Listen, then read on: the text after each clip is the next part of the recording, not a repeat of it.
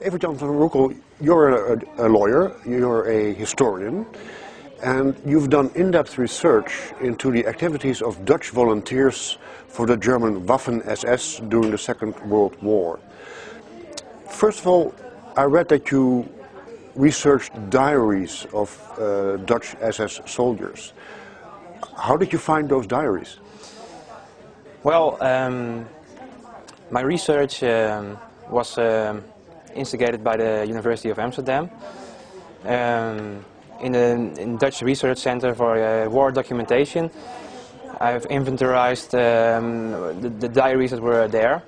There were 8 diaries of people who were involved in the Dutch people who were involved in the Waffen SS, and I took all these diaries as the material for my thesis research. And what did those diaries look like? They weren't all diaries in the casual sense of the word, as we all see it. It were just little booklets and everything. It isn't all that easy to read. One must understand that these soldiers were in the front lines, and they were writing their little books, and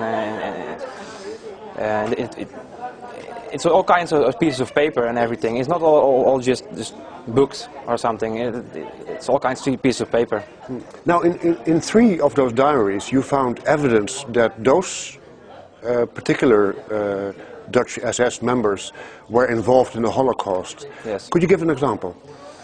Well, there are some passages that these people wrote. For example, they explicitly write that they have killed Jews in the Ukraine, in the place Tarnopol. They also state that they have burned off beards of Jews, hit them with sticks, well, tortured them actually, and that they killed them. They shot the Jews, buried them in pits, and then went away. Passages like that, just the things the really awful things. It's explicitly stated there in these diaries, in some passages. I also found a reference to events in the Ukrainian port city of Mariupol. Yes. Where I think the author says, well, when we arrived there were 13,000 Jews and soon there were none left. Yes, that's true. Just a few words? Just a few words, but a really important passage. They were mostly about Tarnopol on the 4th and 5th July of 1941. But there was also, like you said, this small passage about Mariupol, a little harbor city in the Black Sea, also in Ukraine. And it was just these few sentences. We found these 13,000 Jews, but they never came back alive. So they died there. Just a few sentences, but it says enough, I think.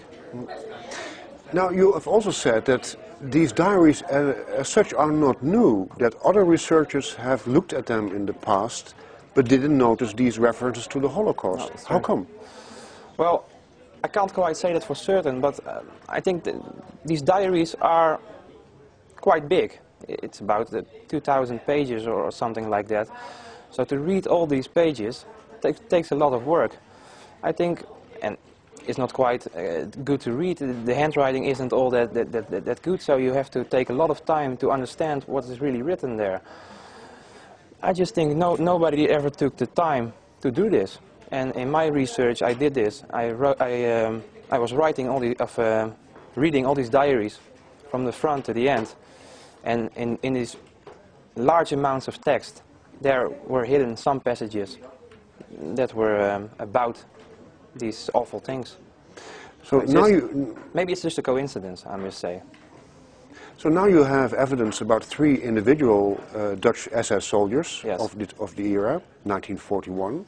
It is almost 65 years after the end of World War II, yes. And almost 69 years after the events which you describe. Mm-hmm. Is this the tip of the iceberg? Yes. Can you say, well, many more Dutch SS members must have been involved in the Holocaust? Well, my findings are really the tip of the iceberg, I think. It could have been an incident. It could have been just a coincidence that I found just these particular passages in these particular diaries.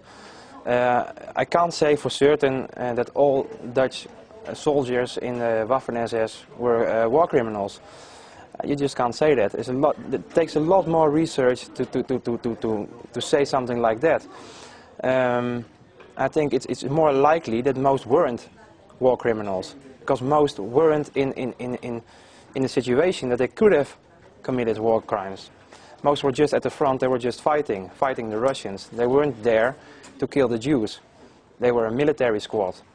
These particular few Dutch guys that were writing these passages, they were in a situation that they could do this.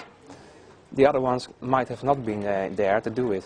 So I think most of these Dutch volunteers weren't war criminals.